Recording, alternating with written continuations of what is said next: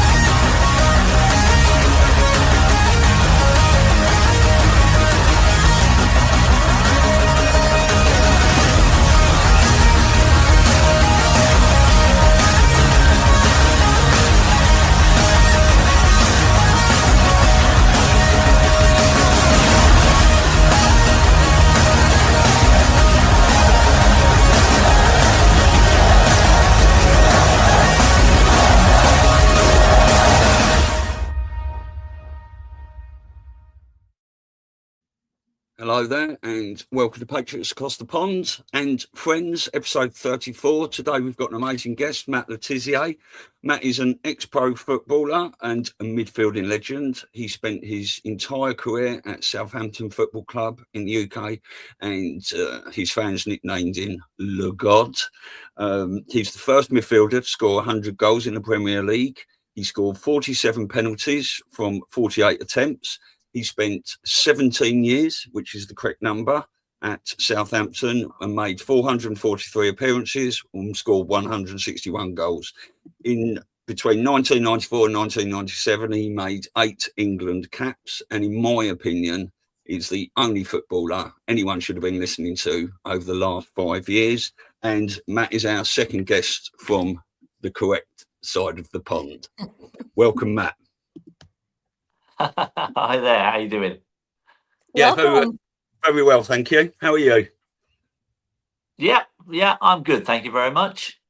Good. Okay, well, I mean, let's just get into this. Do you want to just tell us about your story, your awakening journey? We've got a few questions and stuff that we're going to throw in, but I always think that's the best place to start. Yeah, sure. So I guess, I don't know, I guess it started from probably started from childhood, where I was always willing to question people in authority if I thought something wasn't quite right. And so that kind of started at quite a young age.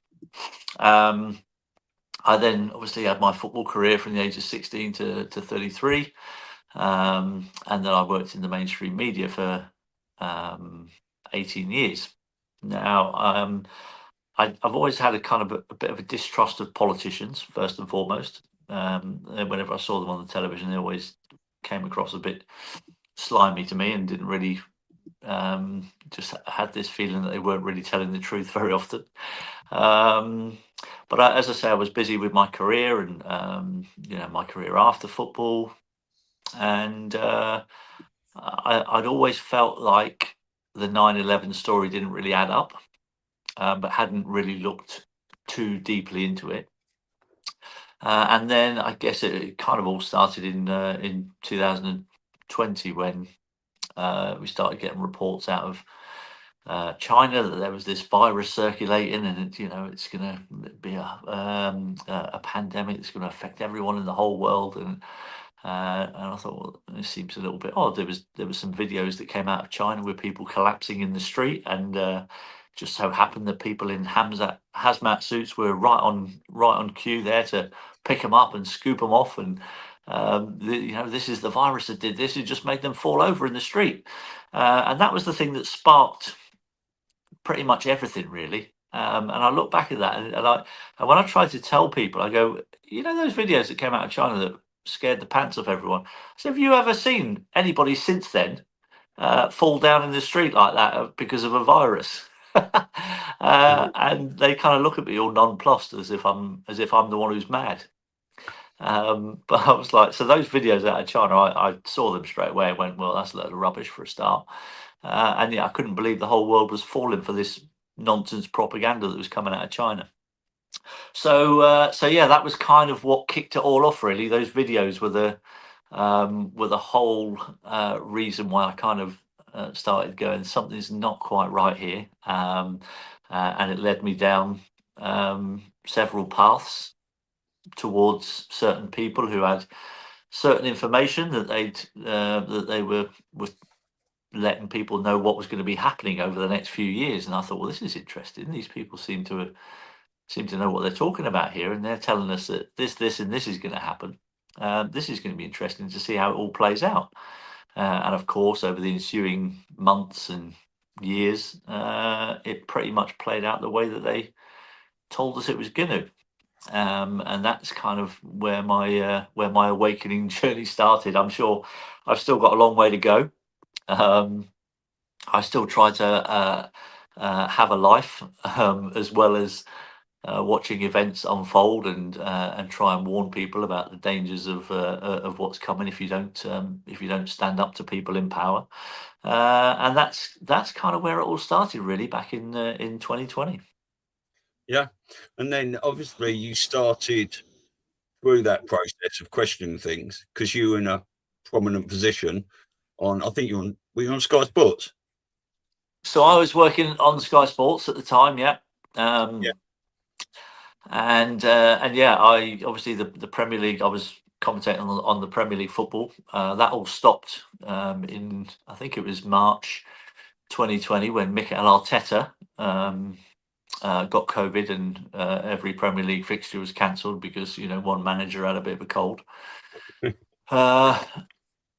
And so obviously that was it. There was kind of we were laid off work for a while. And there was March, April, May, kind of getting in towards June, where they were talking about starting the season back up again and trying to finish the season off. And all during this time, I wasn't happy with the way that mainstream media were broadcasting fear porn down everyone's television 24 hours a day. And I was criticising the mainstream media for it. Whilst actually being employed by the mainstream media. So it probably wasn't, from a career point of view, probably wasn't the best decision I ever made. But quite frankly, I didn't like what was going on, and I felt it needed calling out. And and if the consequence of that was that I was going to lose my job, well, so be it. And there are worse things that happen in this world. Yeah. I wanna really commend your bravery, because all of us, in our own way, stood up to, in our inner circles, right? When we disagreed with the jab, we disagreed with the narrative they were given, et cetera, going back to 9/11, especially living here in New York. It was a very emotional subject for a lot of people, and to actually come out and say, I don't know about this, but for you, and so we had scrutiny with friends, family, people we knew on, social media, but very brave, because you were in a position where there were millions of people that knew you, millions of people that your voice was hitting, and to, stand in that space and be true to what you were feeling and express it, really to be in the minority. That's a very brave position that you took. And I think so many of us are grateful for people like you in the public that were sort of backing up and agreeing with what us, folks were saying. And so thank you for that. No, that's no problem at all. I think the important thing is that I've never regarded it as a brave thing to do. For me, it just felt like the right thing to do, and that's the most important thing. And the consequences of that have had a bit of an impact on my life, but not to the point where it's been so bad that my life isn't worth living, all that kind of stuff. Yeah. It's had a little impact on it, and if I got to be honest, if the same thing happened again, then I'd be prepared to put my head above the parapet again, because it's the right thing to do. Yeah, exactly. And I believe you've had quite a few people that have come up to you and said, I appreciate what you've done and all that, who haven't had the same courage to do, no, it's I can't lose my house, I can't lose my job, I can't speak up, you know. Yeah. Yeah, I did get quite a bit of support privately back in 2020. But like you say, it was a lot of people who were saying, "Oh, I agree with what you're saying, but I can't say anything because I can't afford to lose my job." Yeah. And to a point, I can understand that, but only to a point. There's still a part of me that looks at that and thinks, "Do you know what? That's a bit cowardly." There are other ways of making a living.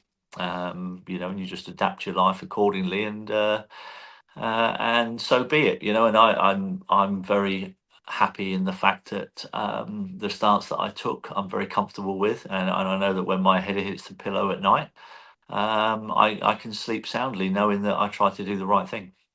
Yeah, exactly that. Fighting on God's army. Now, when you obviously you started making social media posts. I just want to play this little video. Actually, I've got one video of you. It's a minute long, if you don't mind. What I have noticed over the past probably couple of years now is the change in people's responses on social media to stuff that I've been posting. So when I started posting against the narrative in March 2020, I was getting 95% of abuse and all manner of things, and I can tell you that has pretty much flipped in the last couple of years to now having 95% support for the stuff that's coming. And I can tell you from day-to-day life that the people that I meet and the people that I associate with, the people I play golf with, I socialize with, there's been a massive sea change in how they view the mainstream media now. And honestly, it has been quite monumental, the difference I've seen in people who no longer trust what the BBC are saying, what ITV are saying, what Sly News are saying. That one's for you, Dan. I feel a great deal of positivity at the moment. That I think, as Zuby said, I think look back to where we were and look where we are now, and I think it's a massive marked difference, and people are waking up to what's going on. Yeah, and brilliant. And I mean, obviously, when you are posting on social media in those early days, you were also starting to be vocal when you were on the TV, weren't you? Yeah. I thought it was important. It was the right thing to do, and it's correct about the responses. Was amazing actually when I posted something in, I think it was kind of before we locked down in March 2020. After I'd spoken to some doctor friends of mine who had said to me, well, this virus is just like the flu, really. It's only going to affect really old people or people with comorbidities. And so I tweeted that, something along those lines, and the response I got to it was incredible. I didn't know about bot farms back then.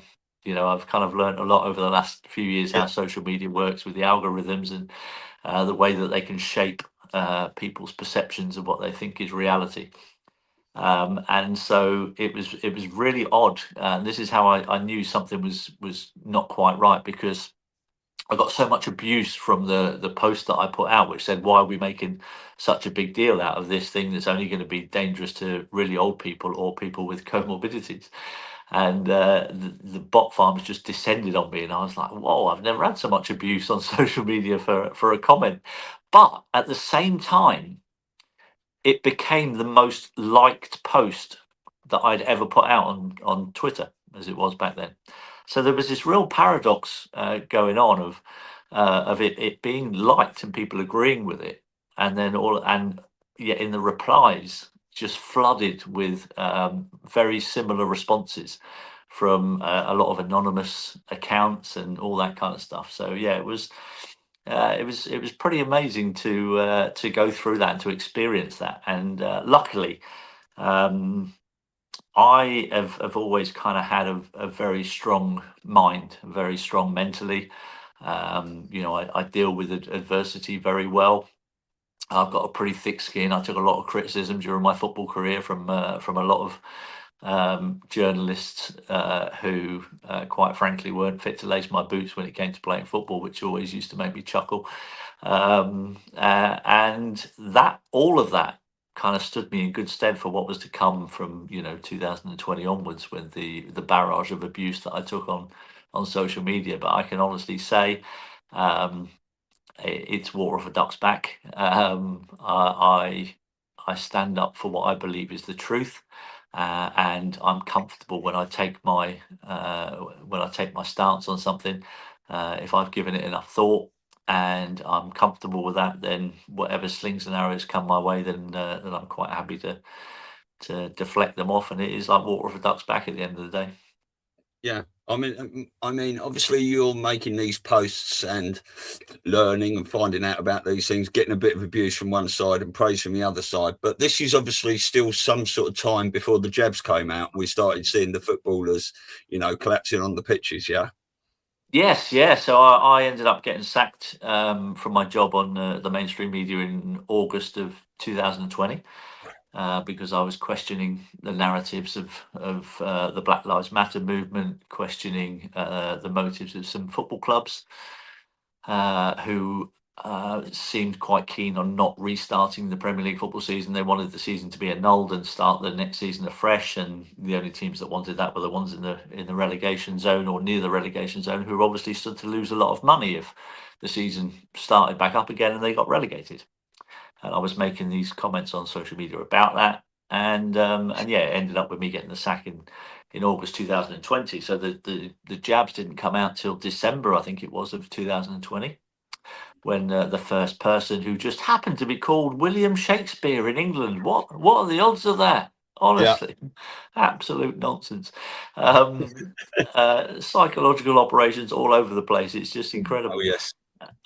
So yeah, they started coming out in December 2020, and I noticed, because I watch a lot of sport, it's pretty much the only thing I watch on television, that and quiz programs, and I started noticing that all these athletes started collapsing on the field of play with heart issues, and I'd never seen the like of it before in my life, and I started making comments about that. That got the backs up of a few people. I was questioning why the Professional Footballers Association in this country weren't concerned about their members. I was questioning the world governing body of the Footballers Union, which was FIFPro. And again, I went to social media and I tweeted FIFPro and said, "Are you not a little bit concerned about why a lot of your members are having these heart issues on football pitches? Are you not going to have an investigation?" And within 10 minutes of that post, I had a phone call from a guy called Bobby Barnes, who I thought was working at the PFA still. I'd known Bobby. I played against Bobby. He was a little bit older than me, but I knew him. And he phoned me up and he said, "Hi Matt, it's Bobby Barnes." And I said, "All right, Bob." I said, "You're all right. What are you up to?" He said, "Well, I'm head of FIFPro now." And I was like, "Oh, okay." Yeah, here we go. So I thought, here we go. And then he said, "Yeah, your tweet that you put out." And I went, "Oh yeah." I said, "Are you not concerned about that?" And he said, "No." He said, "There's no difference." He said, "It's always happened." He said, "It's just not really been publicised as much in the past." And honestly, I couldn't believe what I was hearing. And I said, "Hang on a minute, Bobby." I said, "Let me stop you there." I said, "We played at the same time." I said, "I know you're a couple of years older than me, but we, around the same time." I said, "Can you tell me one player that had heart issues on a football pitch in our time during our careers?"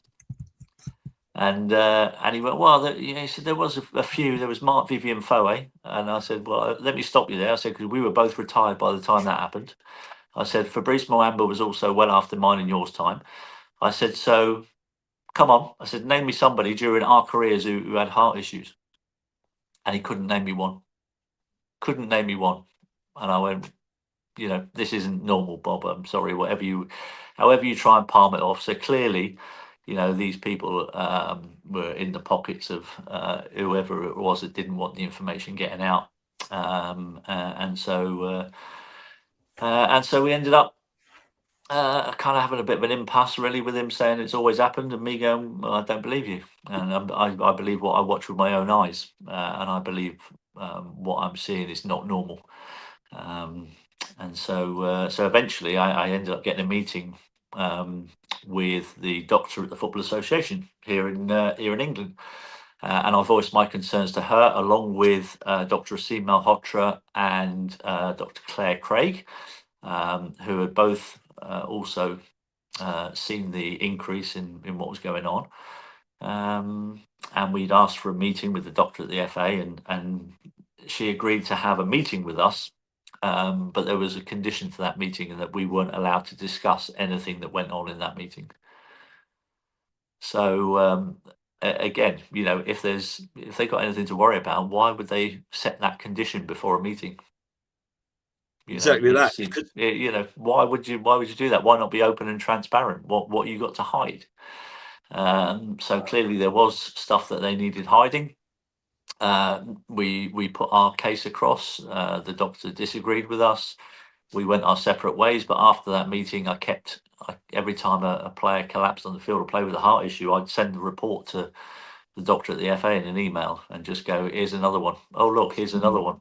And eventually, I think it was November 22. I think I got an email back from her after several emails to her saying, as you know, professional footballers in England are no longer being advised to have any more COVID vaccines. And I was like, well, I didn't know, because nobody had announced that on the television. No, of course. Very quietly, they'd advised the footballers to stop taking them, but they didn't stop the rest of the public from taking them. Yeah. They never advised the rest of the public, and they still haven't to this day. And it's a disgrace. They should be off the market. There's so much damage done from them. It's ridiculous.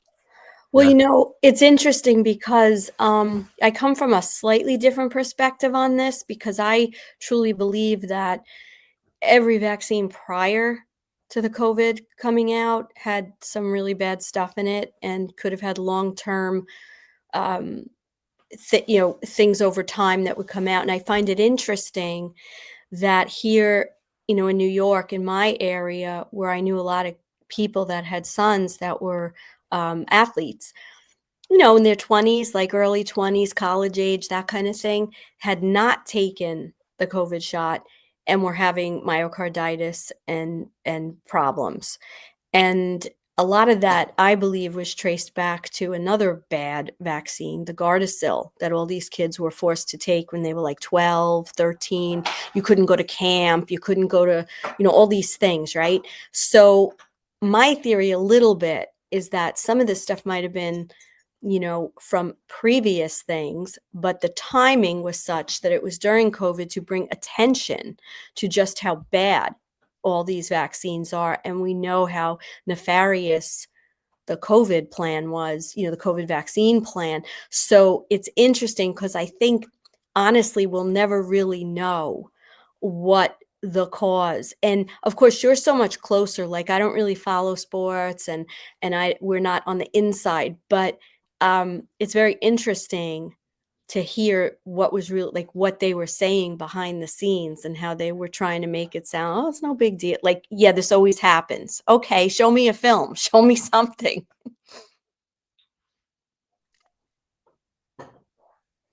Yeah, no, absolutely.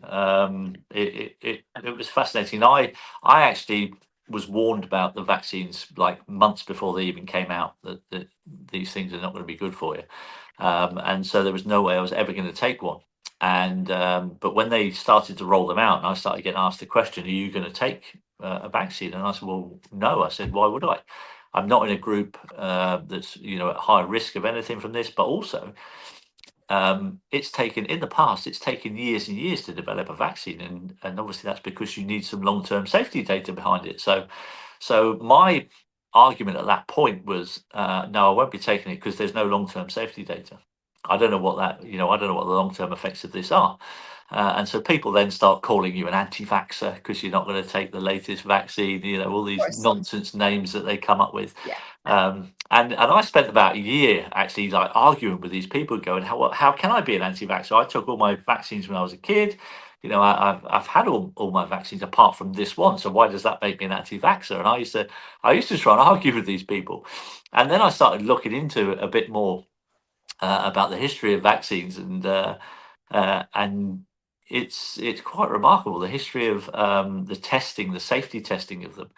It's absolutely ludicrous what they've got away with, and so now I don't bother arguing with people. If people want to call me an anti-vaxxer, you know what? I go, actually, I'm a very proud anti-vax. I will not take another vaccine in my entire life, never. And I'm quite happy to say that, and I am anti-vaccine now because I know too much about it. Yeah, exactly.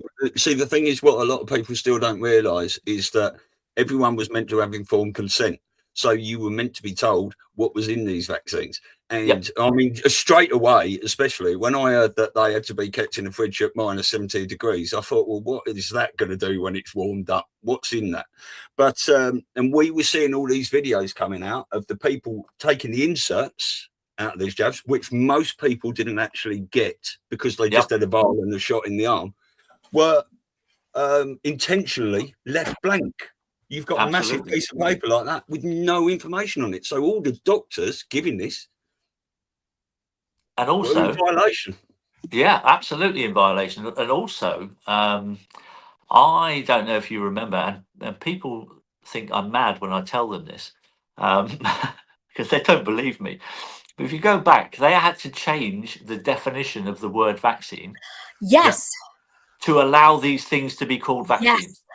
So that was a massive, massive red flag for me. And when I tell people that, they look at me like I'm mad. But you go back and look at it, they did. They had to change the definition of 100%. an actual word. And that's because they were gene therapy shots. They weren't vaccinations in the traditional way. But if they'd have called them gene therapies, people wouldn't have been queuing up to take them. So they had to call them vaccines because that meant that, you know, people trusted them in the past, and that meant more people would take him up, and so that was another red flag for me when they did that. And I had an argument with several people online about these, and I was calling them gene therapies, and people go, no, they're vaccines, they're vaccines. And I go, well, and then I think it was the head of one of the pharmaceutical companies did an interview, and I saw a clip of him making a speech at some conference where he openly admitted that they were gene therapies, but because of the way that these things are seen by the public, it would be better to call them vaccines, and then they have a bigger uptake. So you know, the evidence is there if you're willing to go and look for it. Yes. And especially if you put the word experimental in front of gene therapy. I do like that. Yeah, I did like that as well. I did like that phrase. That became one of my favourite phrases. Yeah, exactly. Just going back to that phone call you had from Bobby, do you think he just phoned you off the cuff, or do you think powers higher than him had a word in his ear and told him to make the call? Poor blimey, you'd have to get Bobby on to ask him that. I'd like to think he did that off his own back, because he knew me. Because you know, we you know, as I said, I played against him. You know, I knew him. If we met socially, we'd be able to have a chat. I'd like to not think that. I think it was perhaps just out of ignorance, maybe. I don't know. I try and give people the benefit of the doubt. Yeah, that's fair enough. And just want to say about that meeting you had with Asim Malhotra, etc. You said you weren't allowed to say anything about it. Were you under an NDA until January of 2025? I was under an NDA. I was under an NDA from Sky to not talk about my sacking. Right. Okay. Because I want. Yeah. So when they sacked me, they were only due to give me 3 months compensation of wages, and I had about 7 months left on my contract. But they offered me 6 months of wages because it was, you know, short notice to try and find another job before the new season was starting. But to get that 6 months, they wanted me to sign a non-disclosure agreement, which said I wasn't allowed to talk about my sacking. Oh, well, that's all right. It doesn't really matter talking about the sacking too much, does it? As long as you can still warn people about everything else. Yeah. So actually, I wasn't happy with that, and I got my solicitor to change it so that I wanted to be able to tell my story of what happened, but I was happy to sign something to say I wouldn't criticise them. Right. For a year, but I wanted to be able to talk about exactly what happened. Yeah. And so that's what I did, and I had that clause taken out. So, Yeah. sorry, Lisa, I'll let you get a word in a No, minute. no, but go ahead. Go ahead. at the same time that you got sacked, I think they also got rid of Phil Thompson and Charlie Nicholas at the same time, didn't they? There was three They of did. you. Yeah. Do you think they used the restructuring as a way to get you out of the door and get rid of all three of you? Yeah, I mean, there was no reason really for them to get rid of Phil or Charlie. They weren't the same as me. They were definitely not on the conspiracy theorists side. Let's put it that way. They still think I'm a bit bonkers, I think. But yeah, I think it was definitely something that was easier to cover up my sacking if they sacked three of us on the same day. So was there anyone sticking up for you out of that team, or big profiles at the time, or were you sort of ushered out the door on your own? Yeah, not really, not really. But I wouldn't expect people to stick up for me. I'm a big boy. I can get on with my life and find other work, and that's what I've had to do. Yeah, well, I think a lot of us have been in that position, not a high profile like you, but we've all been demonised, etc., from all our friends and family and those sorts of things. And it's just something we've had to stand up and carry on doing. Yeah, it's interesting though. You say you kind of demonise. The media have tried demonising me, but in my actual real life, I never actually fell out with anybody, any members of my family, any of my friends. Even though we had opposite ideas on what was happening in the world, I always managed to not go too far with it all so that I would fall out with people, and I think that's important. We should be able to agree to disagree in this world, and I think that's a real skill that's been lost. You become so entrenched in your position that if somebody disagrees with you, you don't want to talk to them for the rest of your life, and it's just ridiculous. It'd be ridiculous if we all had the same thoughts. It'd be a pretty damn boring world. So you should be able to have opposing thoughts and still be able to get on with people. Do you know what I mean? Exactly. Yeah. Do you still watch much football then? Not as much as I used to. I do still, because I go and watch my old club play every home game. I still enjoy going down to St Mary's and watching my team play and support my team. But in terms of television, I tend to pick and choose my games pretty carefully now. Whereas before, when it was part of my job, I used to have to watch everything. But I find actually Premier League football, I find it's getting a little bit boring now. Yeah, I mean, a lot of us have been in that same boat. We don't want to watch Hollywood films in case we're looking at wrong uns, all the stuff coming out. There's plenty of them around.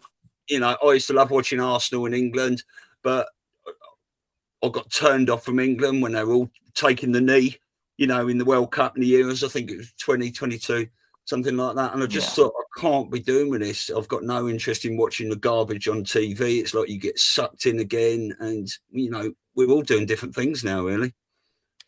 It's always curious because I'm not a big, sports person per se, but obviously because of the attention when everybody was taking to the knee. And that was, a couple of key players here in the States on American football, got very high profile coverage of what they were doing.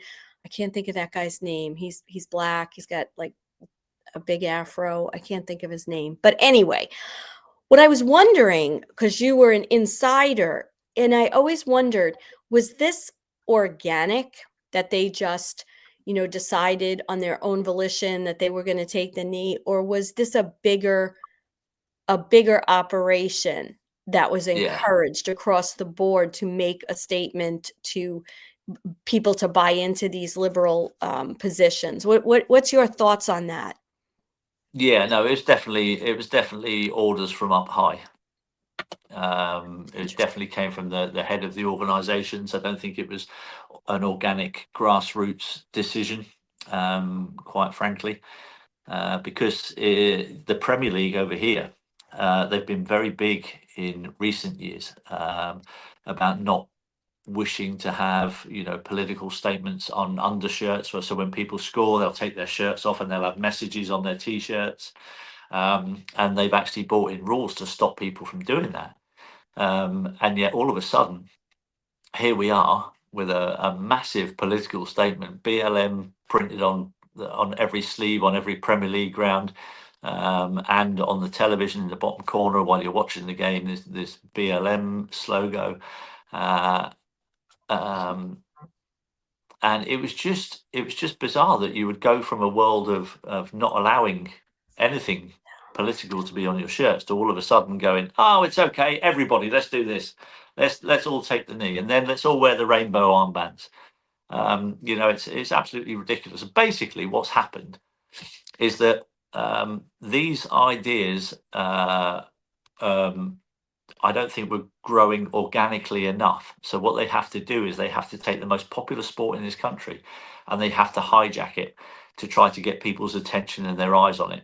And because football is so popular, they decided that was the best way that they could do it. And personally, I think anything like that should be a million miles away from sport. Sport should be left pure, and politics should keep the hell out of our sports and just let us enjoy it for what they are. Well, no question. Yeah, no question about that. But you have to, the next question that leads you to is why? Why is this coming from the top? And Kaepernick, that was the guy's name I couldn't remember here in the States, who got a lot of attention. And you have to wonder, what, at least where I come from, like my mindset, and I know Stu and I have talked about this, was this to disclose, like, this is really what the powers that be want to happen? Were the white hats in control of a lot of this already? So they wanted to blow it up. So you can't, people have to take note of this and say, hey, what's going on here?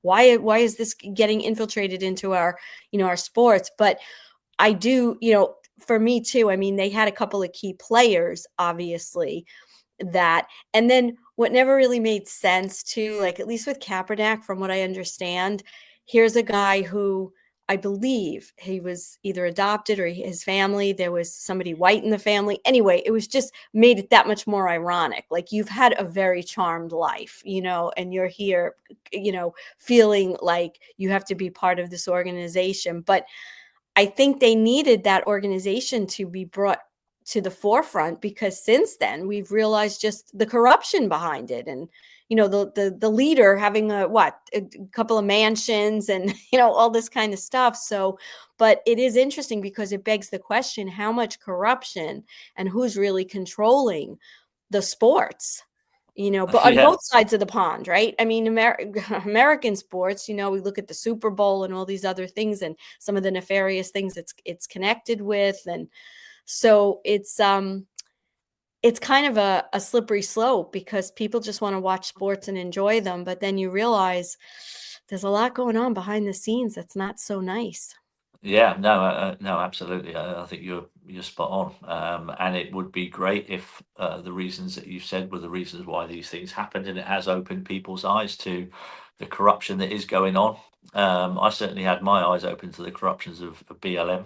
That was one of the reasons, I think, why I got sacked. I was the first person on the Sky who refused to wear the BLM badge on air, because they were forcing everyone to wear them. And I looked into that organisation, didn't like what I saw, and refused to wear the badge. And I think that was one of the contributing factors to why I got sacked, because I wasn't willing to go along with all their ideologies that they were trying to inflict on people. Yeah. And just one more thing I wanted to add on that.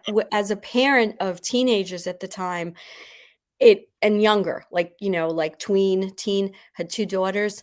Oh my God, the fight, the arguments we would get into, because this was right off of the whole situation with, I don't know why I'm having like these moments, the guy who got killed by the cops. George Floyd. Yeah. Thank you. And they were, it was all over the news, and they were appalled and this and that. And they were like, but Black lives matter. And I said, of course they matter. All lives matter. White lives matter. Any human, any creature, their lives matter. But what you don't understand is this isn't about what they're saying. Like, I was trying to explain to them that it was a political thing, and they just got the kids. Yeah. They just pulled them in because they're too young and they haven't lived enough to see through the psyops and all this stuff. And that caused a lot of friction in my household, because mommy had no sympathy for the plight. And then I would draw out to my kids, you have Black friends. Look at their lives. They're successful. Their moms have great jobs. Their fathers have great jobs. They have more than us in many cases. I was a single mom. I said, this is like, and they're over there, trying to convince you that we should feel sorry for them. No, we should be celebrating their success.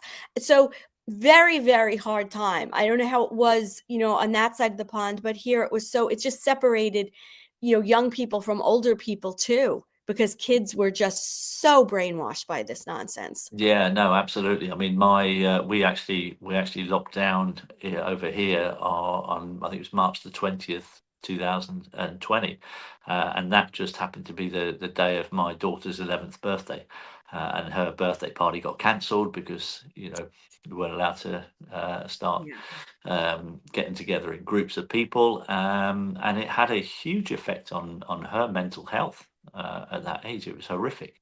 And then, as you say, with all the stuff that followed, it was difficult times, and I had to spend a lot of time with her, especially with some of the teachings that I heard on the online teaching that was going on. Yeah. Some of the stuff that I kind of overheard from her teachers, it was like, whoa, hang on a minute, I need to put the other side of the story across here, because these teachers are indoctrinating you into a certain way of thinking that's not right in my view. And so I had to do quite a bit of work to make sure that she wasn't propagandized by what she was being taught in schools. Yeah, it's so hard. That's why a lot of people have decided to homeschool now, and I mean, and that's why they're making it so difficult for people to homeschool now over here. Of course they are. Are they? Yeah. Are they? And it wasn't just the complete corruption we were witnessing. It was the coordination of all these movements worldwide. So many countries all implementing the same rules at the same time. It's just something just very, very fishy about it all. Yeah. By the way, Elisa, you're racist for saying all lives matter. My what? You're racist for saying all lives matter. So that's the thing. They like to invert everything, So saying all lives matter is a very humanitarian thing to say, because that encompasses everyone, and yet they try to tell you that that's racist. Yet how can it be racist if it encompasses everybody? So the amount of introversion that goes on by Satanists around the world is quite incredible, and once your eyes are open to it, it's very easy to spot now. Yeah, absolutely. And you've been on quite a few marches as well, Matt, haven't you? And done a bit of public speaking since. How have you found that experience? It's been fascinating. Being surrounded, obviously, by a lot of like-minded people that think the way we do. Yeah, so it's quite uplifting, actually. I found the experiences very, very illuminating, very uplifting. I spoke at one of the rallies for the vaccine injured, because they were being completely ignored in this country, and I did that outside the offices of the BBC, and didn't hold back in my criticism of that paedophile protecting organisation, and also we went on the march for the NHS, who were almost being forced into taking COVID vaccines, or they were going to lose their jobs. So there was a march organised, which I attended, and thankfully, I think we did on the Saturday, and on the Monday, the government rescinded the vaccine mandate for the NHS staff, which was amazing. Yeah. So, I mean, talking about the paedophile protectors, have you ever experienced any of that, or hearsay in the football industry? Oh yeah, one of our youth team coaches at Southampton, back when I was a youth team player, has been jailed a few years ago for 19 years for paedophilia. Yeah. There's been a few. There's been a few over here. There's a lot of it about people are starting to realise. I mean, we've been seeing this fifth generation warfare play out with the Epstein files. don't look, do look, don't look. But what we're seeing now is, you know, Trump's baited these Democrats and all these people in, and now they're sort of like trying to backtrack. But we're seeing a lot of names come out, and I still think there is so much more information to come out. It's being dripped at a certain pace. It has to. We've all seen that anonymous leverage video that, you know, it has to come out at a drip, because it's all about public awareness and steering this awakening at some sort of a pace, really. I certainly hope that's the case, because there's from my perspective, there's a lot of people who in 2020 perpetrated crimes against humanity and haven't paid the price for it yet. So I hope I'm alive to see the day when that does happen. Well, there is 630,000 sealed indictments. You can get up to 100 names on each of those. So potentially, if all this, the storm is upon us, goes down, we might see up to 60 million arrests worldwide of this. I don't know if we're going to see them, honestly, Stu. That's a lot, but I think we might feel in some way that they're going to show some high-profile ones to exemplify what's going on. But we can only hope that if there are, and most of these people, we would never know, right? I remember one of Trump's speeches. He said, you don't know a lot of the people that are bad, and you could be sitting on the train or the bus with that, like, and I think what he was really saying is it's so prevalent, it's everywhere, and people just look like good citizens, normal people like us, and they're not, they're bad people. So we can only hope that with the size of this operation worldwide, that takedown has really started. I mean, that's a lot of people that are bad. Well, I totally agree with you, and my eyes were opened to the fact that this world, there is a very real battle going on between good and evil, and I wanted to make sure that I was on the right side of that, and that's why a couple of years ago I became a Christian. And I was baptized just a few months back, and it's the best decision I ever made in my life. And I truly am of the belief that there are way more good people on this planet than there are bad. And at the end of the day, we will win, and God will win.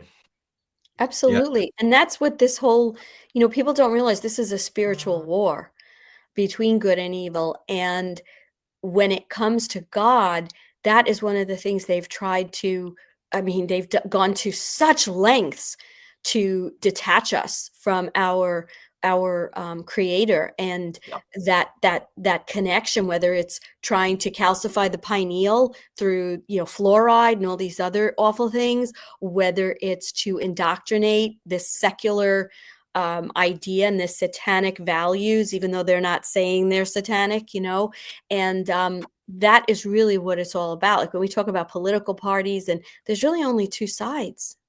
There's good and evil. And absolutely. Yeah.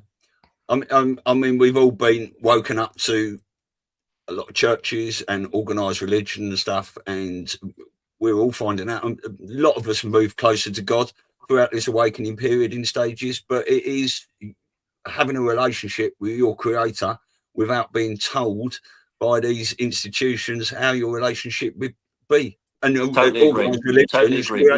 Your relationship with your creator is an individual thing. Yeah. Yeah. An organized religion has created so much chaos and war across this planet. I would say planet, worldwide, I like to say, just in case. You know, a lot of people are waking up to it, which is a beautiful thing. Absolutely. Here. Yeah. So what do you think about people like Tommy Robinson, what he's doing in this country? Have you met Tommy at all? Or? Well, no, never met Tommy. I kept getting asked by loads of people to interview him on my Getter channel a few years ago, but that never happened. So I don't know him. I find him a little bit of a divisive character, if I'm honest.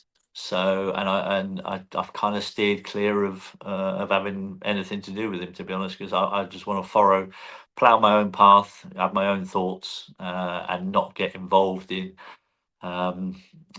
taking sides on things, because I think that's one of the tactics that's used very, very well against us all, is that they get us all divided. They get us all wanting to fight each other on different things, and I think that's something that needs to be avoided. Yeah, well, they've been using divide and conquer against us across the board, black versus white, gay versus straight, religions, and all sorts of things for years. Absolutely everything. And all the time we're fighting each other, we're not going to stand up. We the people. I've said many, many times, if everyone walks out their house tomorrow and said we're not doing it anymore, it ends. But people won't do it. Absolutely. Yeah. No, I'm with you on that. So what do you think about characters like David Beckham being at the WEF and things? I did hear you mention him on Mark Atwood last week.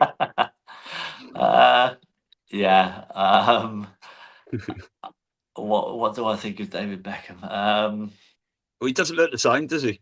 I think he's easily led, is the best way to put it. I don't think he's the sharpest tool in the box.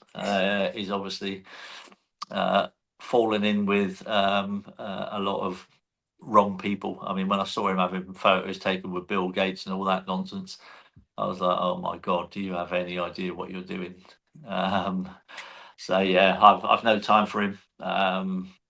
He's chosen a route to go down in his life, which is a route that I personally wouldn't have taken. But at the end of the day, he'll pay the price for what he's done. Yeah, exactly. Everyone will. So, I mean, obviously, what do you look at in the global situation now? You following what Trump's doing, and have you looked into the Q operation at all, and these sorts of things unfolding? It came across. I mean, that was back in. I think probably I first heard about the Q operation back in kind of 2020, maybe 2021. And I didn't kind of really go that deep into it. There was lots of other stuff going on. I kind of get the premise of it all, and in my heart of hearts, it would be lovely if all of that they predicted comes true. That would be amazing. But also, I'm also of the opinion that you've got to take charge of your own destiny as well, and don't let anybody save yourself. You can save yourself, but don't rely on everybody else to do it. And I think if you take that attitude, and then somebody does come along and save you, then that's all well and good. But if you don't, then you're prepared for the worst, and you can do something about it. Well, I think one of the main points about the Q operation was a military-civilian alliance. It told us the military might be up here coming down, but the people need to rise and join them. Because when Trump said, we're giving power back to you, the people, if they do give us power back, we need to be an acceptable level to hold on to that power, so we don't elect idiots, and we don't bow down to people in white coats and take the knee and all this. We stand up for ourselves as a collective humanity. Yeah, couldn't agree more. Yeah, perfect. Elisa? No, I mean, this has just been wonderful because your career is stellar. And I really, to be honest, I wasn't really familiar with you until, I met Stu and we started talking about important people in the movement, people who stepped up. And I also, watched you on Mark's show. We're big fans of Mark, obviously, Mark Atwood. And I love your honesty and straightforwardness. But it is very... it's vindicating to hear somebody who, sees this from a different perspective and sort of can say, yeah, it's coming from the top. Yeah, there's more of an agenda. Yes. But, like I said, when it all comes down to things, it's about peer pressure, isn't it? I mean, we were in the schoolyard and, they're trying to force you to try a drug or a cigarette, or you had to be cool, or whatever the issue was when we were younger. And, we're no different as adults. And some of us, for whatever our makeup, whatever our creator gave us to do that, we stood against the crowds. And I don't think any of us, at least I could speak for myself and even for Stu, I've never had a regret. I never was like, oh, maybe I should just do this no, it made me double down even more. Like, no regrets. But what's very interesting, and I wanted to share this, and I'll probably share it on a few of our shows. I have a family member who he's a lovely, wonderful, amazing, successful man, okay, with a heart of gold. But whenever I would start talking about the conspiracy stuff, right? He would like he'd be like, no, and he would make a joke of it, right? And he'd say things to me like, is everyone a pedophile? And he'd say things like that. And he actually, God bless him, sent me the most beautiful message this morning as a result of the Epstein files, which all of us are like, the Epstein files, like, who needs to hear that? We know what's going on. But for people who didn't do the research and the deep dives and, open their minds. And he said, I just can't believe like what I'm reading. Like you had, like, I just have so much respect. And of course I'm paraphrasing, that you were able to see this. And that, and I think a lot of us have said, oh, when some of these normies wake up, like, we're not going to have any sympathy and but I have to tell you, having gone through that, I was so humbled. I was like, you just made my day. And so I think when push comes to shove, when people start coming around and they awaken and the cognitive dissonance wears off and they do come to us, I don't think we're going to respond like with that tough attitude as it is, because we realize, it takes a lot for somebody to take all that in and then say, you know what, you were right. And I see like the evidence that says that. So that was so I think we're going to see more and more. I guess that's my point. I think we're going to see more and more of that. And we embrace these people into the fold, and together it just builds the strength of everybody standing up, raising the vibration, and bringing more people into this sense of, being sovereign. And to be able to forgive is a great trait to have. Yeah. Yeah. Definitely. That's wonderful. I mean, every now and then I get a message like that and it just ignites me to that's got 6 months more. One message like that and I'm doing what I'm doing for another 6 months. Good man. Brilliant. So, Matt, you just got a final message for anyone, especially out the people there, because one of my main points of doing this is I want to send this to all my mates that are just still talking about football. They put a mask on if it's holding to on the telly.